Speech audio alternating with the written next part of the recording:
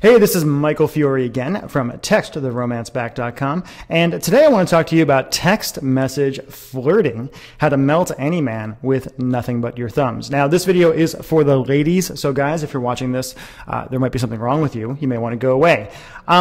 Basically, what I want to talk to you about today is how to flirt with a guy using simple little text messages to drag his attention onto you like a laser beam. Now, what do I mean by text message flirting?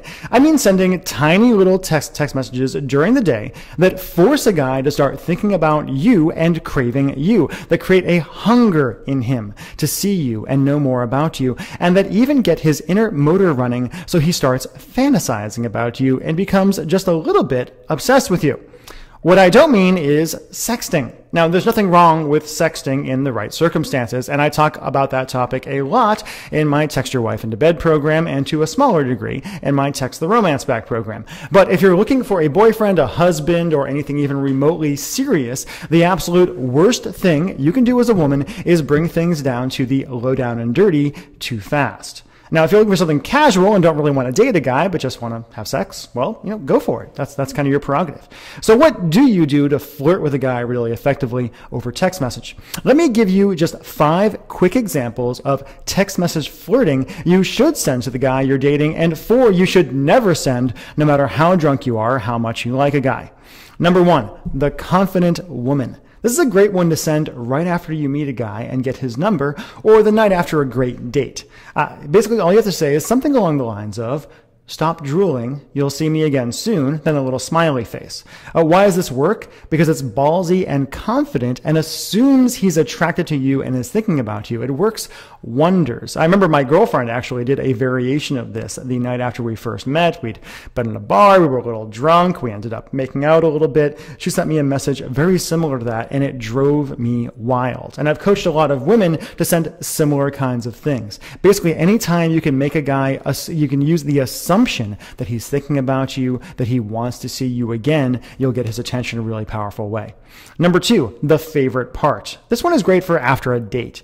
It shows some vulnerability and sets up the next time you're going to see him. Say something like, "That was fun. My favorite part was when you put your hand on the small of my back outside the movie. Sent a little thrill through me. I wonder what will happen next time." Or something like that. Notice how you're basically assuming there will be a next time. You're creating a sensual message for him to kind of focus on, bringing his attention to, "Hey, I did put my hand on the small of her back." It shows him that you're paying attention and assumes a level of connection. Now, obviously, you need to alter this to fit your situation, but you get the idea. Number 3, the tease. Super simple and a great way to get a guy engaged. You say something like, "If you were here right now, ... little smiley face." Remember, the ellipse is very powerful there. It's an incomplete thought that makes him use his imagination to wonder what would happen if he was there right now. Now, no need to say anything else here. His imagination will fill in the void. A lot of guys in this case, if a woman sends him a message saying something like, "If you were here right now," he will go to a kind of dirty place in his mind. He'll assume you're saying something sexual. And if he says something back like that, all you need to respond with is something along the lines of, "Whoa, and here I thought we were just friends."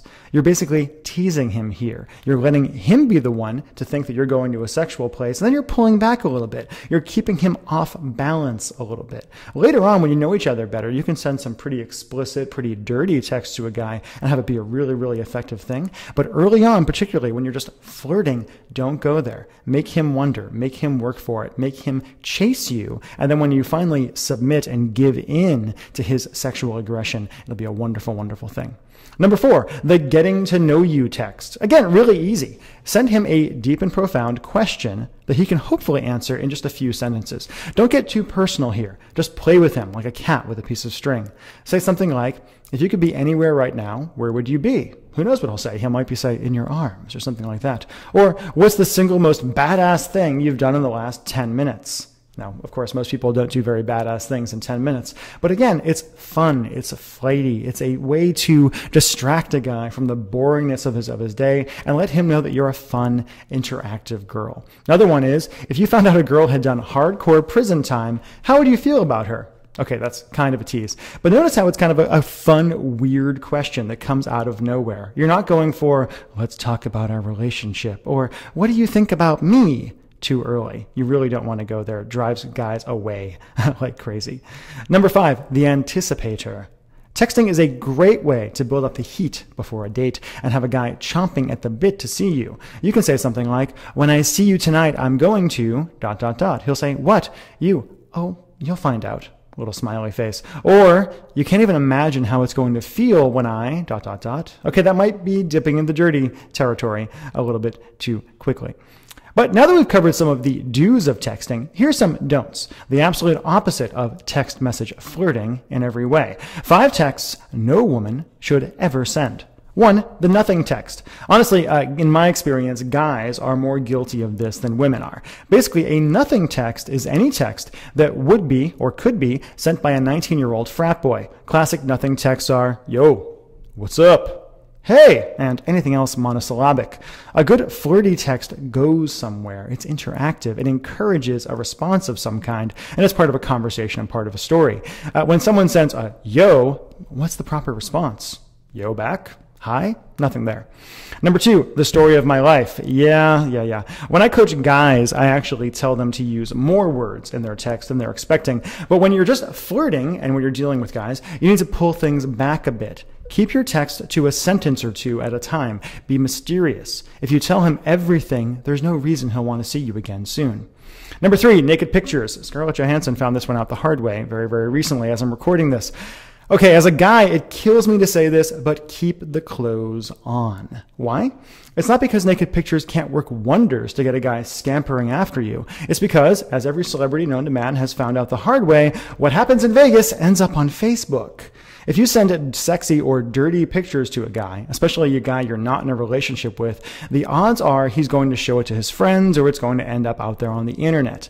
If you feel like you have to send a dirty picture, keep your face out of it. Here's a recommendation. Take a picture of your hip with your stomach just poking out. Totally decent, doesn't show your face at all, but it will drive him wild. You can learn something from, burlesque dancers to a certain degree. They can show just a little bit, the edge of the neck there, the lips, something like that. Things that aren't really pornographic and that aren't going to get you in trouble in your political career, but still can really turn a guy on. And finally, number 4, the 4th thing you should never, ever, ever, ever, ever send to a guy, especially early on, is the needy text. Where are you? Why didn't you call me? What are you doing right now? Are you with another girl? Do you like her better than me? I really shouldn't have to explain why these are a major turnoff for guys, but here's the test. Anytime you would write a text like that, take a deep breath and ask your best guy friend, will this freak you out?